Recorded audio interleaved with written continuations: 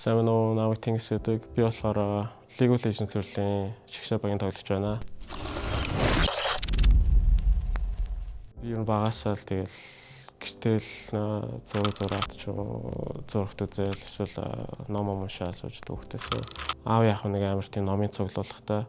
Тэгээ ер нь түүхтэй айгуу сонирхолтой болж байсан. Тэгэл Монголын түүх, гадаадын түүх, дэлхийн түүх мөнх нэтрэгээл тэр сонирхлоороо тэгэл олон улсын харилцаагаар сураад 2-3 дахь ангиасаа видео гейм танилцсан. Анх болохоор хамаатныхтай очиод тоглодог байсан. StarCraft 1, Counter-Strike, Red Alert, Warcraft 3 нэтрэгээд бол ер нь бол нийлэн видео гейм тоглодог байсан. Тэгээ наваг Diablo 2, Red Alert, Warcraft энтерч юу оруулж ирсэн. Би бүр автаа нэг ажлынхантай нийлээд PC-д хондоо гэсэн. Ер нь бол манай аав намайг видео гейм нэлээд дэмжсэн, нэгтгэж бусдад ч ингээ хорж цаадаг байсан. Анхнаасаа л нэг тийм real time strategy энтер тоглоом тоглодог байсан болохоор мэдээж Warcraft 3-аас Dota тоглоод тэгэл шинэ юм хайжгаад 11 оны 1-2 сард League of Legends анх тоглож үзсэн. Тэгэхээр нэг анх нэг 13-4 настай даал тоглож гисэн юм уу. Тэгэл анхны тэмцээнүүдээр ер нь бол харж байхад хамгийн жоохон тоглогч нь би л байдаг байсан. Нэг бас амжилттай байгаагүй нэг ер нь л нэг топ 4 хавцаал байрлалдээс нэг ганц 2 удаа ялж ирсэн үү. 15-аас 6 оны үед нэг тоглохоо болцсон байж байгаа л буцаж орж ирсэн. Тэр үед болохоор одоо нөгөө UG одоо тэгээ маа тасалжуулагчаараа Euclid тэр хоёртой таараад нэг баг болж ирсэн. Тэгээд 17 онд яг бид гурав чинь нийлээд Olympic баг байгуулад ер нь л нэг ялагдаж үзээгүй л явж байгаа. Магадгүй 20 он хүртэл юм болов. Орсон баг бүх тэмцээндээ ялсан. Сүлдээ баг манай багш нь тэмцээнд оруулахгүй бандна гэдэг нэг тийм яриа гарсан байсан. Хамгийн дурсамжтай нь ICT Expo байсан байх та 17 оны. Бага байгуулчаад хамгийн анхны тэмцээн дээр ICT Expo байсан. Тэгээд тэрэндээ баг semi final-та ялчаад за ер нь бол баг тодорхойлчлаа гэдэг амар баярлал. Амар сэтгэл амраал.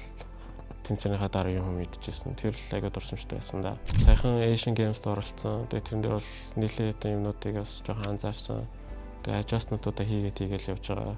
Миний анзаарснаар болохоор бус тусууд болохоор энэ бол би нэгээ жоохон мэддэг юм шиг санагдсан. Asian Games дээр харж байхад хэний өсрэг ямар драфт хийх үү, яаж тоглох уу, би нэг мэддэг. Тиймэрхүү юмнууд харагдсан. Бид нар болохоор тоглогчтойгоо сайн мэдхгүй бараг ганц мэдчихсэн Вьетнам, Хонконг хоёр байсан уу. Эсрэгээр бас айлынх нь бас бидрийг мэдхгүй. Тэрнийх нь давуу талч юм шиг, суул талч юм шиг нэг тийг санагдсан. Одоо ENC League of Legends-ийн Asian Qualifier-д ороход хамгийн чамшилдагч бол Хонконг байнах. Сая болохоор Asian Games дээр манай хоёр ус байсан гэсэн. Хонконгт бол яриа тоглож чадаагүй. Өөр гэх юм бол Initec, Япон хоёр л юм да. Initec, Япон хоёулаа ер нь бол өөр өөрсдийн гэсэн лигтэй. Японы хувьд бол одоо Тайван энтертэй Southeast Asian улсуудтай бүр нэг лиг тоглодог. Төвчний хувьд арай илүү байнах Initec-с. Анх ENC-д оролцохоор босноо мэдээ сайн бэлдээ даал гэж батсан. Бас нэлээд жоохон зэвэрсэн байгаа ч юм уу те. Сайн бэлдээ даал гэж батсан. Тэрнээс хойш нэг тийм айх зүйл ч юм уу эсвэл сандрах ч юм бол байгаагүй. Өмнө бас нэг хэд хэдэн тэмцээнд яваад үтцсэн байсан болохоор нэг тэр талаараа санаа зовоогүй. Баярлал гэхээс илүү жоохон нэг тийм хариуцлага авч байгаа юм байна да гэл нэг тийм л юм бодсон л доо. Ойрын зорилго гэвэл мэдээж ENC-д qualify хийх.